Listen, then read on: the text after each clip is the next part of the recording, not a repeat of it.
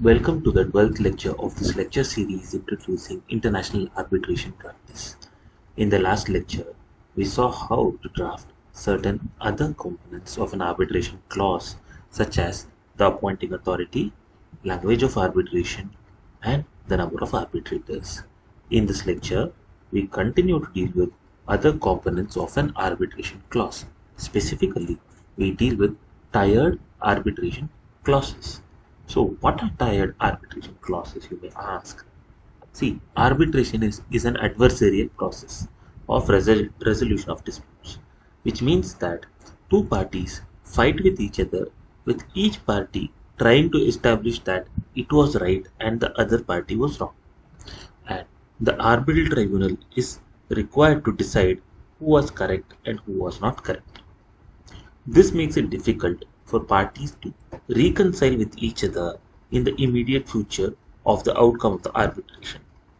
Rarely do both parties emerge victorious from an arbitration. In order to explore other softer options, often parties do not go for arbitration at the first instance itself. Such softer options include mediation, conciliation, negotiations, especially at the CEO or the higher management level, etc. At the same time, these non-adversarial methods of dispute resolutions are not adopted endlessly. They are to be employed for definite periods or for defined outcomes.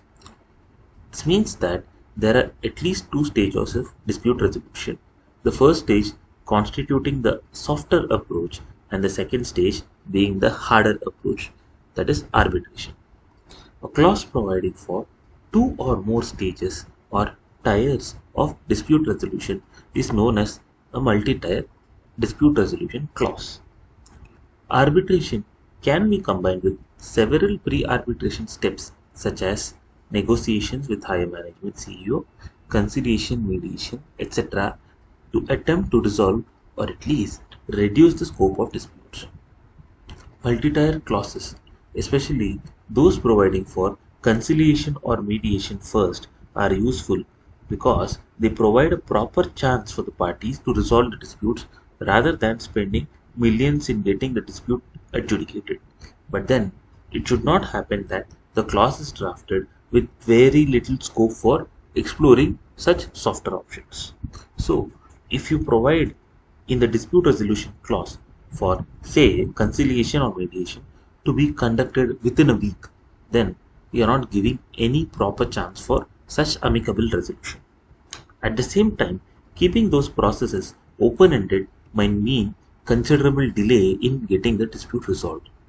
Also, keeping them in an open-ended manner might mean that in case you want to terminate the first tier and go for the second, and if you do so, chances are that the other party might take an objection that the termination was premature. One more thing, if you're serious about the pre-arbitration steps, then you must ensure that the first tier is mandatory.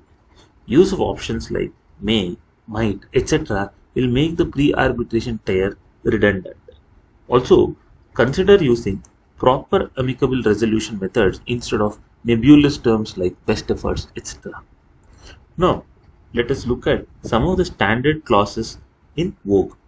The International Chamber of Commerce suggests the following clause. In the event of any dispute arising out of or in connection with the present contract, the parties shall first refer the dispute to proceedings under the ICC mediation rules. If the dispute has not been settled pursuant to the said rules within 45 days following the filing of a request for mediation, or within such other period as the parties may agree in writing, such dispute shall thereafter be finally settled under the rules of arbitration of ICC by one or more arbitrators appointed in accordance with the said rules of arbitration. So, the first step here is for mediation for 45 days and then followed by arbitration. I have just one problem with this clause. It says one or more arbitrators. Why cannot it be one arbitrator or even three? Why cannot it be fixed? Anyway, that is not the concern for this lecture. And secondly, you have to think that is there any real chance of settling of a dispute within 45 days. Generally, in India at least, they keep it as 90 days, that is 3 months approximately, for resolution of disputes through these amicable resolution methods. There is also a lengthy multi-tier clause published by the WIPO. I'll just read the first portion and a bit of the second portion so that we understand what it's about. Any dispute, controversy, or claim arising under or out of or relating to this contract, and any subsequent amendments of this contract, including without limitation its formation, validity, binding effect, interpretation, performance, breach, or termination, as well as non-contractual claims, shall be submitted to mediation in accordance with the WIPO mediation rules. The place of mediation shall be dash. The language to be used in the mediation shall be dash.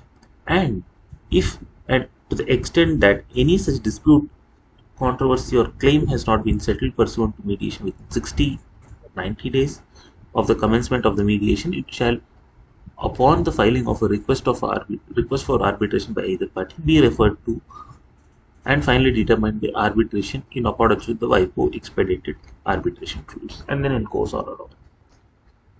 So with this, we will update our checklist. You'll notice that serial numbers 2 to 7 are the items in the checklist regarding multi-tier clause. So it says 2. Whether any pre-arbitration procedure is to be followed, and if so, what.